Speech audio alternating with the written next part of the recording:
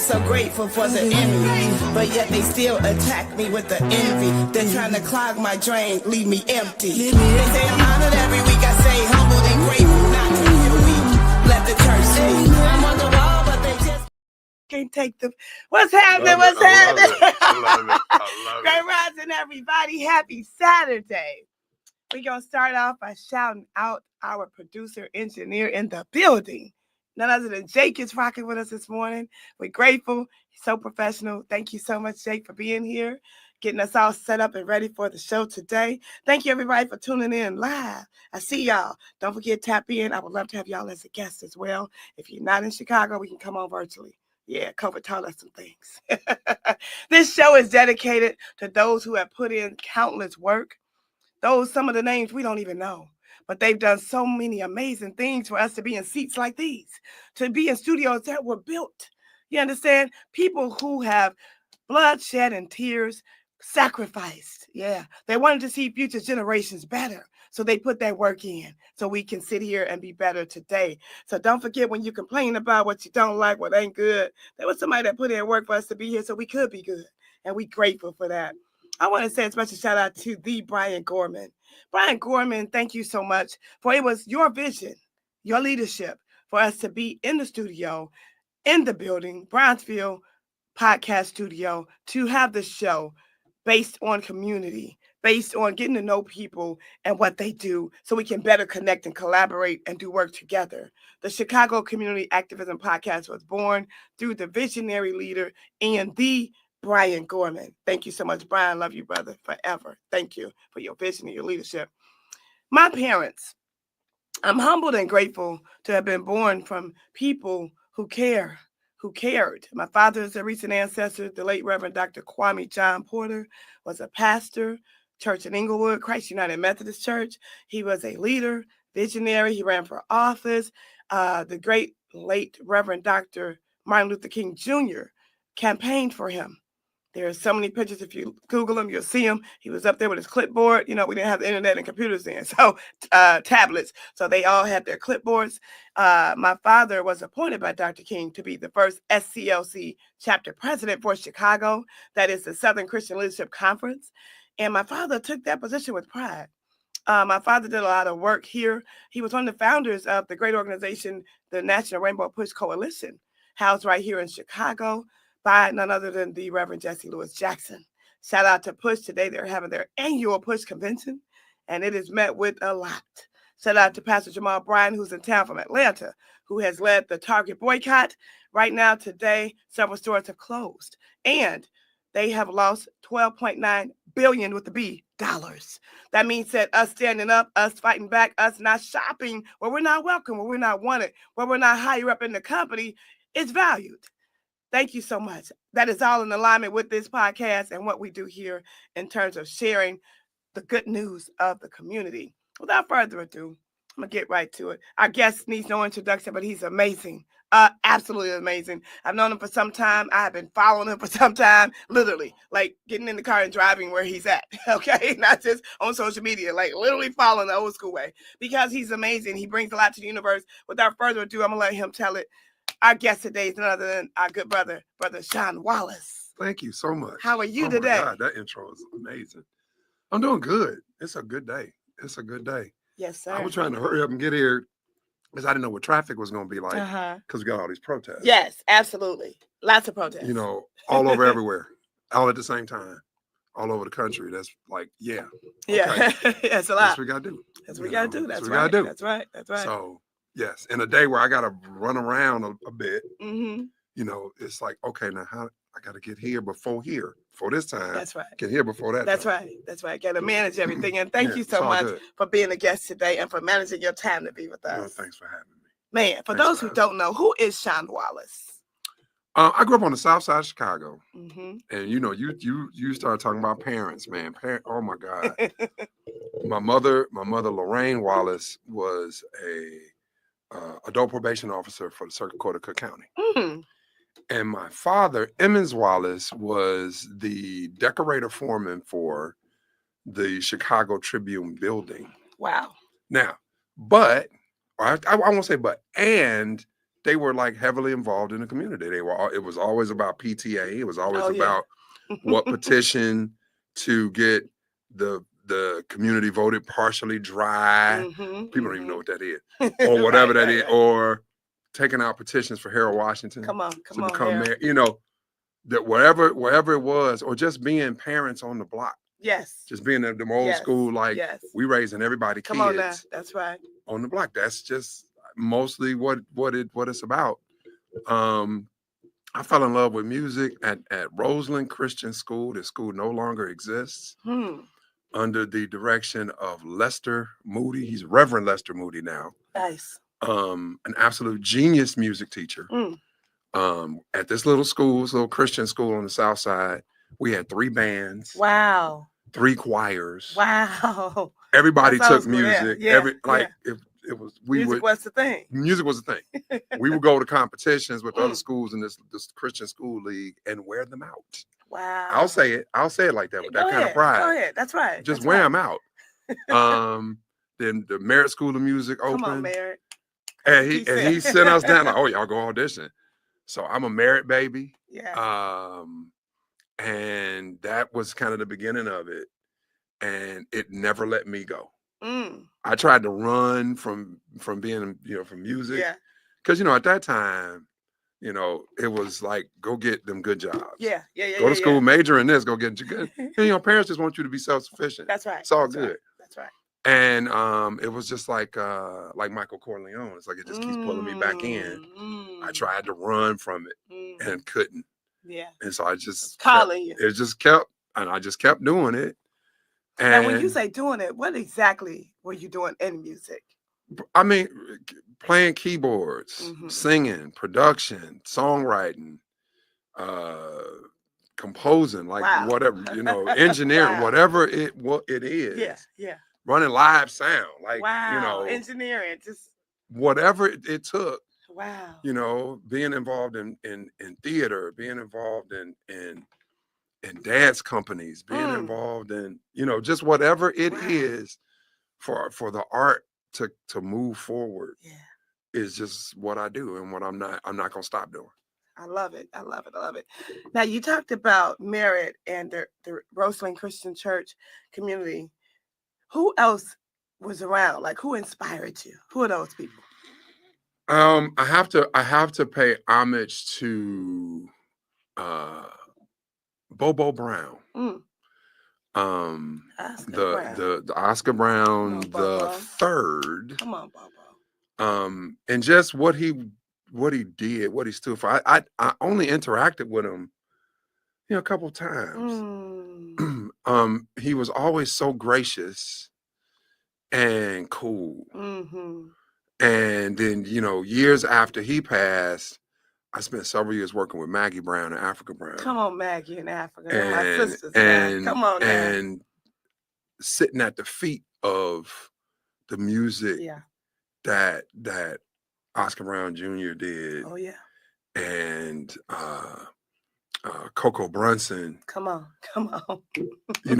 I'm looking at charts that he did. Oh yeah. And just learning, oh my goodness, I have to give, Maggie Brown is one of the most amazing music director. We love you, Maggie. Singer, songwriters. It's interesting. We're about to celebrate what would be the Oscar Brown Jr.'s 100th birthday. You know what I'm saying? So we've been working on that. A lot of good stuff coming. For those who don't know, please tap in with Oscar Brown Jr. Look up Oscar Brown Jr., everybody. If you're not familiar, please do. He is the father, you know what I'm saying? The original. I mean, made instruments, created a genre of music, just, the signifying monkey. Come on now. Oh, man. And my dad had his albums. Yes. Now, sometime before he transitioned, he got to tell Maggie, like, wow. Oh, man, I had this album and that album and this and that and the third. So just, man, when you're around that, it gets in. I think another person I have to mention is Daryl Trent. He's a producer I work for, and he's still a big brother to me. And he's got a few years on me. I'm not gonna say how many, but he looks probably younger than me. And so that it's along the way, so many people would be that way. They wouldn't look their age. Right. And I'm like, okay, how do you do that? They do what they love to do. That's right. You know what I'm saying? It doesn't feel like work. It doesn't feel like work. You're enjoying it because you like what you do. Yeah, so I was Daryl's production assistant, and then we did jingles, we did album projects, we did this and that. And so the old school, back in the day, reel-to-reel recording in the studio, both of us hands on the board, doing a mix, you know, just learning how to produce, learning how to work with artists, learning how to get stuff done. And again, he's you know, every once in a while we call each other, hey man, what's going on? Right. What you working on? What you doing? What you doing? What's happening? Now you talked about producing. You produce for a lot of people. Who are some of those other people that you produce for? That names people would know of? Well, definitely. Today. I mean, today, especially in and around Chicago, but then across the world is Ugochi. Woo! We love us some Ugochi. We started working together Afro Soul decades ago, and just started collaborating. And she was on spoken word scene. Come on. And writing songs and has a voice that only sounds like her. That's right. That's the thing. She opens her mouth, that's Ugochi. Come on, you already know. You know who it is when she opens her mouth. And so it has been a great honor to work with her for all these years. Yes. And then another brother, another fellow Igbo brother of Ugochi's, not her blood brother, but just the same ethnic group. Obi Soul Star. So just been working with him. He's amazing. And us being brothers and being girl dads. Yes. That's the thing. That's also a thing we share. Having so daughters, and that's a unique fraternity. You know what I'm saying? Men who got daughters in its own. So those are some of the main times. I mentioned Africa and Maggie Brown. Yes. And you know, there's other folks in and around Chicago. I've had the opportunity to back up, quote unquote, you know, real famous celebrity people. But I don't know. I even tell my students all the time, what's the difference between them and you? Yeah. They're just famous. That's the only real difference. It doesn't mean they're more talented. No. That's right. It doesn't mean that they're necessarily more successful in their heart. It doesn't mean, you know, and I've seen, I tell you, one of the humblest, hardworkingest cats I ever worked with was Bobby Brown. That's beautiful. And people don't, you know.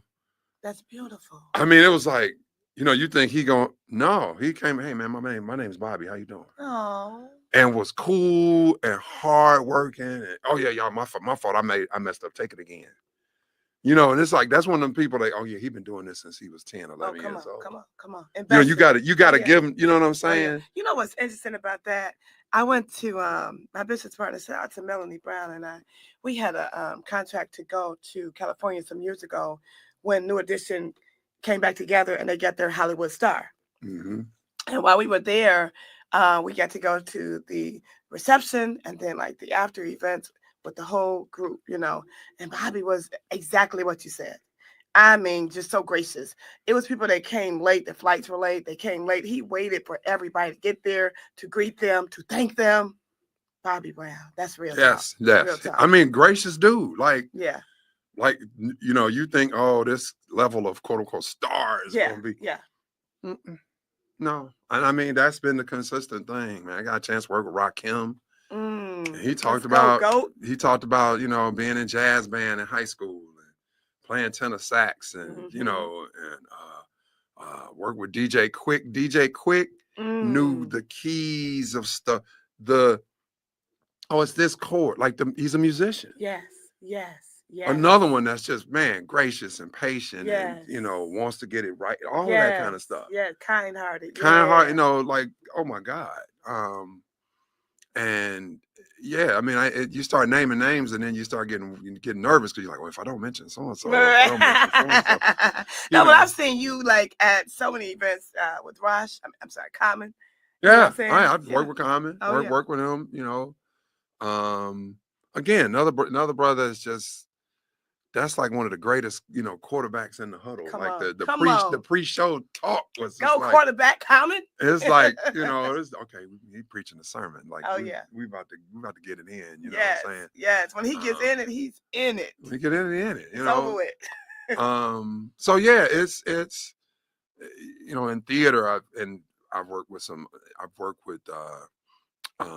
Felicia Rashad. Oh, she's amazing. You talk about if Gracious was a person. Gracious. I mean, you like if we knighted and lady people here, that's Gracious, man. Just yeah. And I mean, it's like I said, there's names. There's names, but again, you start dropping them. Yeah. You gotta keep going. Right. You gotta keep going. Chicago is a tale of two cities. We've got certain parts, and it's so segregated still, in terms of the demographic of the landscape of the city. What would you say has been like one of your most memorable moments in the work that you do in being Chicago? That's interesting. That's a lot of moments. Oh, wow. I think.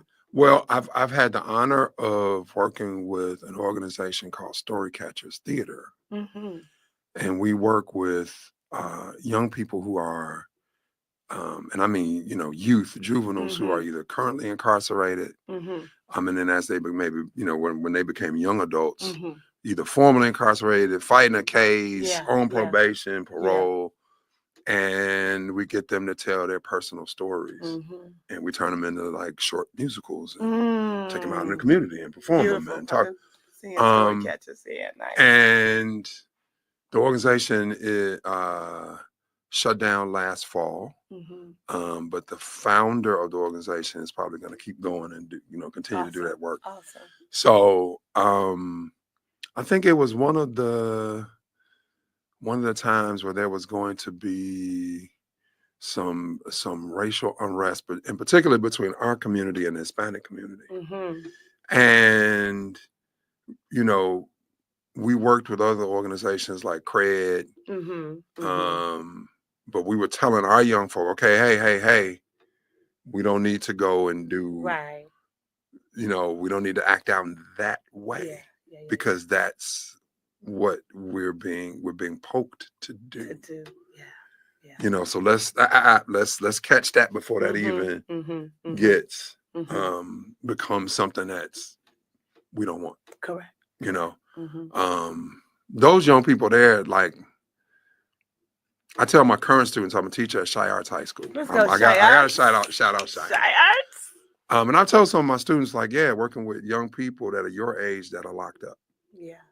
That probably come from the same block you come from. They're in the house right around over there. You know what I mean? And to really stand in that, there before the grace of God go I. Yes. Amen.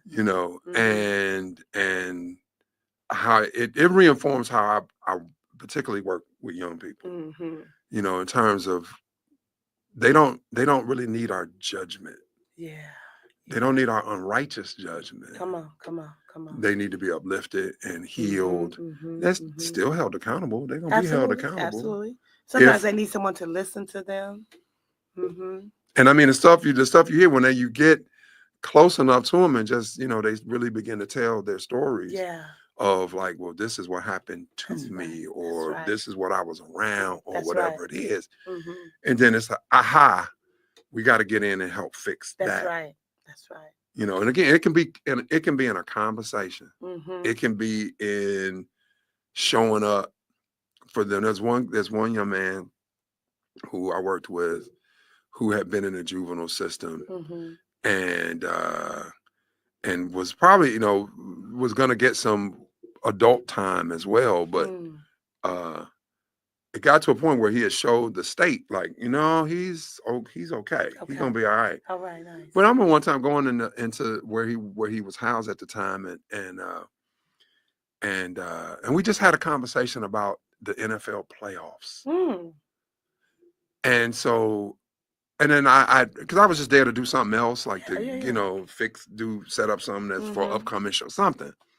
And so we just had this whole conversation, and And afterwards, he said, he said, hey, thank you. And I was like, for what? For just being cool. Oh wow. So he just wanted to be a young man talking about Yeah. football. Like Yeah. I'm not locked up right now. That's Like I'm right. not I want to have a real whatever. conversation about something else that's Some relevant, just that's relevant. current. Just Yeah. you just treated me like a Like human a regular being. person. That's right. You know what I mean? And he went on to become an advocate for young people after he was released. Nice. He became an advocate for working with them, going back in, Nice. working with them to help them transition. Wonderful. And again, you know, just interacting, just being love human. it. That's amazing. You know, you're leading me to my next question, which is, what do you say to that young person? Like I said, Chicago is a big city, you know, third largest. We have our challenges, but it's a beautiful city too. What do you say to that young person that's riding a train back and forth because they have nowhere to go? They don't have the family support, or they have not tapped into the village, perhaps. What do you say to that young person to give them some encouragement? First, you got to see them. You know, the see. You got to see them, and you give them that look of respect. Yeah. Our young people need, you know, it feels weird to us as, you know, becoming, and I'm saying this, becoming an elder. Yeah. Because we think, oh, these kids don't respect, and they don't. No, but they need us to give it to them, and then it returns to us. That's real. That's real. Is this some of the stories we've made up about old school? You know, oh, you got to respect your elders. You got to, well, yeah, but now we have to respect them. Yeah. We have to respect them, and then it comes back. You got to see them and look at them and be open, and sometimes just say, hey, how you doing? Hey, how you doing? How you doing? Like really see them. Just acknowledge really them. Say hi. I mean, I went to the University of Illinois in Champaign. We had a custom, a rule amongst the Black student population when I was there. If you pass a Black person on the quad, speak. Mm-hmm. So I do that in my neighborhood. In real life. I do that in real life. I be on the L like, that's right. Hey, if I'm walking and we make eye contact, hey man, how what's you doing? happening? Yeah. Like, what's happening? Hey, the Black man head nod. Something. Come on now. Absolutely. Something. Absolutely. And sometimes that will give them the overture to maybe even approach you. Absolutely. Even if you know, I saw one of the guys I worked with when he was locked up, and I'd always tell the guys, if I see you out in the world, don't get brand new. I'm just gonna speak to you and say, hey, yeah. you know, we good. Yeah. You know, this thing. That's definitely the language in the world. Yeah, in the world. Like I see you in the world. Yes. And so I saw one young man standing outside Jewel on Roosevelt. He was just standing out there, and he was obviously just begging. Okay. And so we remembered each other. Hey man, hey Mr. Shawn, how you doing? Hey, what's going on? And he just said, hey man, I'm not on no BS. I got a job, but it don't start till whatever, a week or so, and I'm just trying to get enough money to buy some diapers for my kid. And this and that. And I recent game, whatever. You know what I'm saying? Yeah. And because he was that dude, I could tell. It's like, yeah, he's not really trying. Yeah. He's trying. He's like, I ain't trying to be on what I was on. Right. Like, here, man, here. You good? Yeah, thank you. And that's it. And that's not charity. No. Those are just things we have to do, or if we can do them. Correct. It's really an investment also. It's an investment. Just do that kind of stuff. To see them through, and it doesn't cost us a lot. No. Just do those little. It's the little things. Speaking of those little things and those investments, who is it that you've yet to work with that you would like to collaborate with? This is also a show of building relationships and building collaborations. And connections. Someone watching may have a resource, or we may have a resource that we can make that connection happen. Who is that? Oh, wow. Man, anybody that wants to write or continue writing a musical from the standpoint of Black culture, Black history. Again, I work at Shy Arts. We got all these Black and brown, and young people of all races and genders and expressions. But then I started looking like, okay, how many quote unquote Black musicals are, and I'm like counting on one hand. And I'm like, oh, doesn't mean that you can't do Bye Bye Birdie. It don't mean that you're not gonna do. Right. But it depends. Right. When you get out of school, are you really gonna get that shot? And so we got enough stories to tell. Yes, yes. We got all the music we got all of it. We sure do. So That's anybody that wants to beautiful. work, Come on. do a musical, helps get some songs written, arranged. That's like really what I do. That's where I'm at. You know, we can talk about it. You know, it could be, hey, no, you know, you need to go work with this person. That's cool.